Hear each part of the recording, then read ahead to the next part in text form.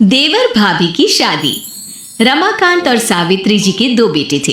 बड़े बेटे का नाम था सुदीप और छोटे बेटे का नाम था अंशुल। सुदीप की शादी हो चुकी थी और उसकी पत्नी का नाम था अनन्या। अंशुल दूसरे शहर में रहकर एक बड़ी कंपनी में नौकरी करता था। कुछ दिनों के लिए अंशुल जब अपने घर आया हुआ था। बहुत दिनों के बाद आए हो बेटा, जल्दी जल्दी छुट्टियां ले लिया करो। अरे पापा, अभी 6 महीने पहले ही तो भाई की शादी में आया था। उसके बाद तो कंपनी वालों ने छुट्टी ही नहीं दी। हाँ, बात तो तेरी सही है। मेरी शादी के बाद तो तू अब घर आया है। लेकिन भाई, आपकी शादी को भी तो सिर्फ 6 महीने ही हुए हैं। लगता है अब तुम्हारी भी शादी जल्दी करनी पड़ेगी। तुम भी तो सुदीप से सिर्फ 1 साल छोटे हो। जल्दी से तुम्हारे भी हाथ पीला कर देते हैं। अरे कैसी बात करती है मम्मी, अभी मुझे कुछ दिन नौकरी तो करने दो। देवर जी, आपकी भी शादी हो जाएगी तो मेरा मन लग जाएगा। देवरानी आ जाएगी घर में। अनन्या देवरानी आ भी जाएगी तो कौन सा यहाँ रहेगी, वो तो इसके साथ नौकरी पर जाएगी। हाँ मम्मी जी, वैसे बात तो आपकी बिल्कुल ठीक है।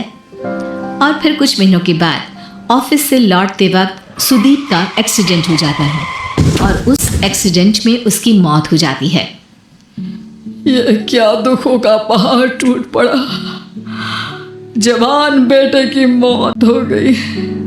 क्या करेंगे अब हम लोग। शादी को सिर्फ 8 महीने हुए हैं। उसकी पत्नी ने अभी तो अपना जीवन जीना शुरू भी नहीं किया। मम्मी जी, पापा जी, मेरा क्या होगा। मेरी तो जिंदगी खराब हो गई। मैंने कभी सोचा भी नहीं था सुदीप मुझे इतना जल्दी छोड़कर चले जाएंगे। अरे बहू, सोचा तो किसी ने भी नहीं था। हम तुम्हारा दुख समझते हैं बेटा, लेकिन भगवान की मर्जी के आगे हम कुछ नहीं कर सकते।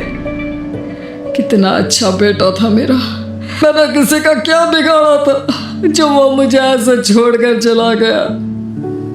जब आखिरी बार भाई से मिला था तो सोचा भी नहीं था कि ये मेरी उनसे आखिरी मुलाकात होगी। तने खुश थे भैया, मेरी शादी की बातें कर रहे थे। पूरा परिवार कुछ दिन इसी तरह दुखी रहता है। वक्त बीतता जाता है। सावित्री और रमाकांत जी महसूस करते हैं कि अनन्या काफी अकेली और दुखी रहने लगी थी। सावित्री, हमारी बहू की अभी उम्र ही क्या है, सिर्फ 25 साल, और उसके चेहरे की उदासी देखो। उसे इस तरह देखकर मुझे बिल्कुल अच्छा नहीं लगता। आप ठीक कहते हैं। अनन्या बहुत रोती है और उसका अकेलापन मुझसे भी नहीं देखा जाता। एक बात कहूँ सावित्री, क्या हमें अपनी बहू की दूसरी शादी करवा देनी चाहिए? अरे लेकिन समाज वाले क्या कहेंगे कि हम अपनी विधवा बहू की शादी करवा रहे हैं। अरे लेकिन उसकी उम्र तो देखो, सिर्फ 25 साल की है। पूरी जिंदगी कैसे कटेगी सावित्री, कैसे रहेगी वो? मैं सब समझती हूँ जी, लेकिन पहले हमें खुद अनन्या से बात करनी होगी कि वो इस बात के लिए तैयार है या नहीं। उसके बाद ही हम कुछ कर सकते हैं। मुझे तो लगता है कि हमें अंशुल से भी इस बारे में बातचीत करनी चाहिए।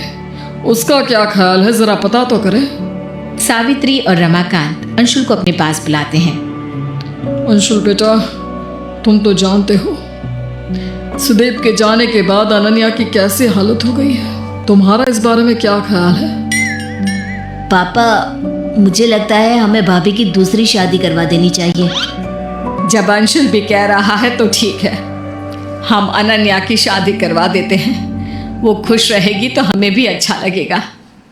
रमाकांत और सावित्री अनन्या के लिए लड़का ढूंढते हैं, लेकिन अनन्या के विधवा होने की वजह से कभी उन्हें बहुत ज्यादा उम्र का लड़का मिलता तो कभी कोई अच्छा लड़का मिलता ही नहीं। इस बात से रमाकांत और सावित्री अच्छे खासे परेशान हो जाते हैं।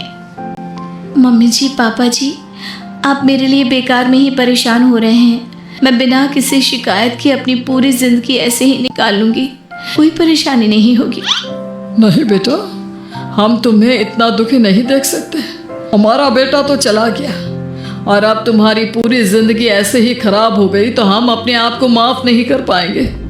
देखो अनन्या, तुम कहने को हमारी बहू हो, लेकिन इस घर की सदस्य हो और इस नाते तुम्हारी खुशियों का ख्याल रखना हमारी जिम्मेदारी है।